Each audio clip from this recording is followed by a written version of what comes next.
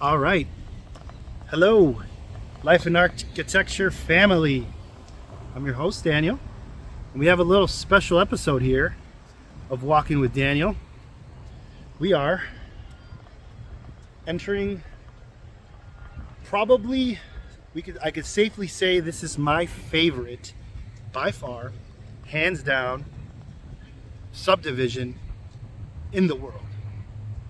Period, exclamation mark. So we are just outside of the city. Can't really see the skyline over there, but this is a beautiful Des Plaines River here. And I have a nice long talk planned here, but I wanted you guys to catch a little glimpse of the panorama. Very beautiful.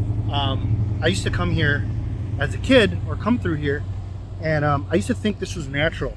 I used to think this subdivision was like, they just kind of like put the streets in and basically this is how it was. But no, this was designed by Frederick Law Olmsted, right on the banks here of the Des Plaines River. As I take another pan, and I was in the area today, and something's weighing very heavy on my chest, and I want to talk about it. And it's kind of has to do with a video I did a couple months ago, letting people know that I abandoned the academic pursuit of architecture, and I was going to pursue being a developer, becoming a developer. And that's something that I'm a couple months into now. Honestly, I've been into real estate for like the last 15 years, but seriously now for a couple months, I'm just learning stuff, just trying to really be a part of, networking groups was really huge. Quick little caveat, quick little detour for people, for young folks. Whenever you guys want to achieve whatever it is you want to achieve, you can achieve it. And rocket fuel for your goals is looking for elite folks that are on the rise, that are doing what you want to do. Online is a very powerful, the internet is a very powerful tool to find these people, right? You go and you make it, you diligent about posting, you become diligent about getting yourself out there and meeting people that are doing what you want to do. That's what I've done with a lot of things. That's what I've done for all the folks that know the PUA community. That's what I did there. It led to amazing results, and that's what I'm doing now with real estate. Not so much architecture, and I guess that's a perfect segue as to why. So there's an interesting situation that's going on right now with architecture. It's been in place for probably the last 100 years. And the kind of the landscape, and I know I can speak to this very confidently, because not only have I worked in the industry, I've worked as a drafter under 2 architects. I've also gone to school for the better part of a year, 2 semesters at UIC. And that was the kind of the last step for me, was all roads kind of for me led to getting a degree. And I quickly realized why that was not the path for me. So I'll just get into it, I'll just right off the bat. So essentially, the condition that architects have in their profession right now is they are in very little control of their design. The 99.99% of architects are in very little control of their own design. Why is that? Why is that, folks? Because there's an overabundance of educated architects, university educated architects, and there's not enough work. There's not enough work. It's just a plain fact. There's not enough work. And most people that pursue this vocation that I love so much, I love this vocation so much, guys, Most people, and I love the people that do it. I was just at UIC talking to grad students, talking to upperclassmen. Most people that do this are unable to see the dynamic that exists in the industry. Whoever controls the money controls the design. I'll say that one more time, right? Because this is really important. This didn't sink into me or with me for like 10, 15 years. And it's very simple, but I was like running in circles, trying to understand this. And the fact of the matter is, whoever controls the money controls the design. And that's what it is, right?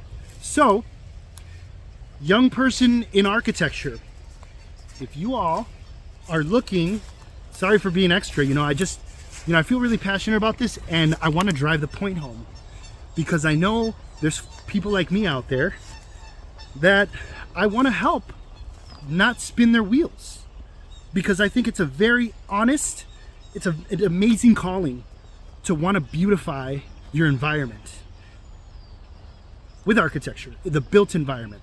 So I want to make sure that I pay it forward to you guys. This is totally me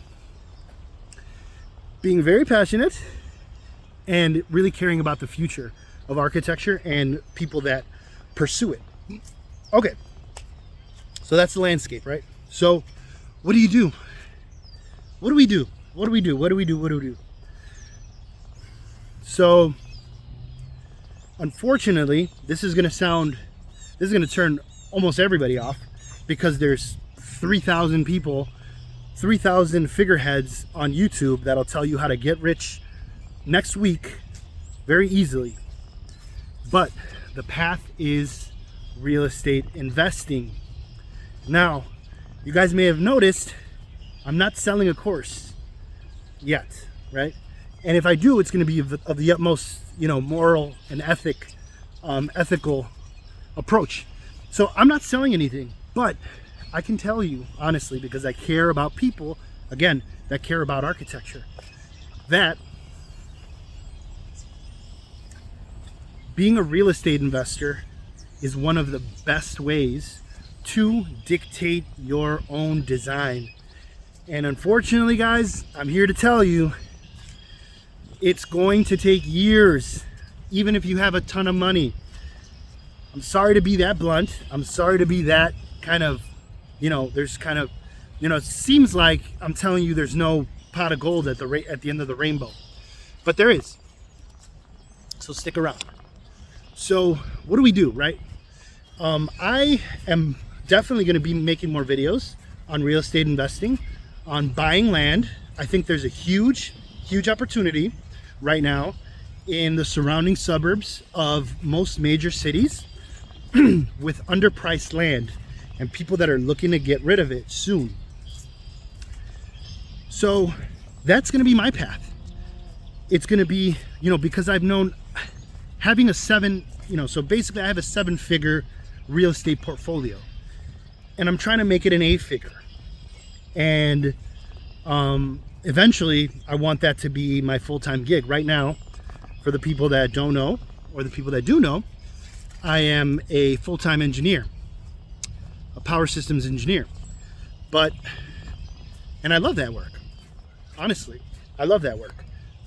But what I was put on this world to do is make beautiful architecture, and I've shared on my social medias and stuff different designs that I'm inspired by, and I'm actually walking up to, this is pretty cool because I timed it hopefully pretty right.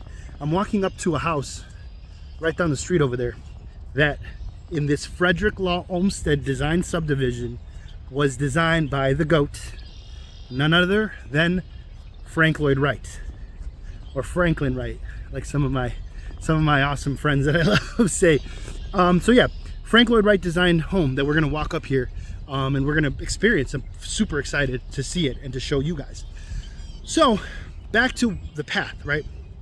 The path is buy empty lots, and then I'm going to study. I'm still studying. I'm in the process of studying the most economical way to build something that graces the landscape. It's very important that graces the landscape and that's really beautiful inside and out. There's a ton of options. There's a guy, Kai Andrew, I believe it. Just recently started following him. Kai Andrews, maybe with an S. I'll put his channel here underneath the video.